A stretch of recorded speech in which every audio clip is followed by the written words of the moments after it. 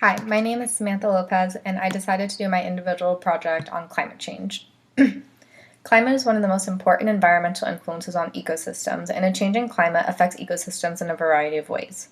For instance, warming may force species to migrate to higher latitudes or higher elevations where temperatures are more conducive to their survival. Similarly, as sea level rises, saltwater intrusion into a freshwater ecosystem may force some key species to relocate or even die, therefore removing predators or prey that are critical in the existing food chain. Climate change not only affects ecosystems and species directly, it also interacts with other human stressors, such as development. Although some stressors cause only minor impacts when acting alone, their cumulative impact may lead to dramatic ecological changes. For instance, climate change may exacerbate the stress that land development places on fragile coastal areas. Additionally, recently logged forested areas may become vulnerable to erosion if climate change leads to increases in heavy rainstorms. For many species, the climate where they live or spend part of the year influences key stages of their natural life cycle, such as migration, blooming, and reproduction.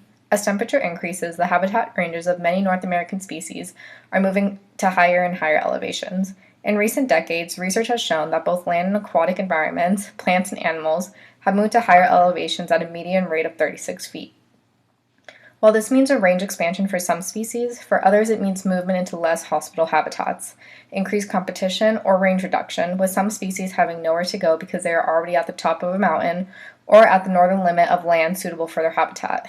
These factors lead to local extinctions of both plants and animals in some areas. As we make our way through 2020, the planet has already warmed 1.8 degrees Fahrenheit since the pre-industrial era. We're also off track to meet the Paris Agreement goals of keeping global temperatures below 3.6 degrees Fahrenheit in the next decade. If nothing changes, the future with climate change will be harsh. In the next 10 years, we could be looking at a world with frequent heat waves, an iceless Arctic, and habitat loss of thousands of species around the globe. I believe there are a few different things we as a society can do to combat this. It may come as a surprise, but American public lands are a huge source of climate emissions. More than 20% of the country's total emissions come from oil, natural gas, and coal extracted on those sites. The federal government can easily turn this around by tightening leasing rules and charging fossil fuel companies a fair price for these lands.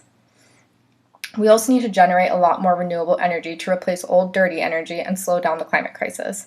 And we know the perfect places for new projects. It's been right under our noses the entire time. A lot of public lands across the country have been abandoned after being used for mining, landfills, and coal plants. These lots are perfect for clean energy sites since they've already been disturbed in some way and won't impact new wildlife habitats. There's also such a thing as carbon sinks. Carbon sinks are natural landscapes that have the power to absorb the heat-trapping gas carbon dioxide.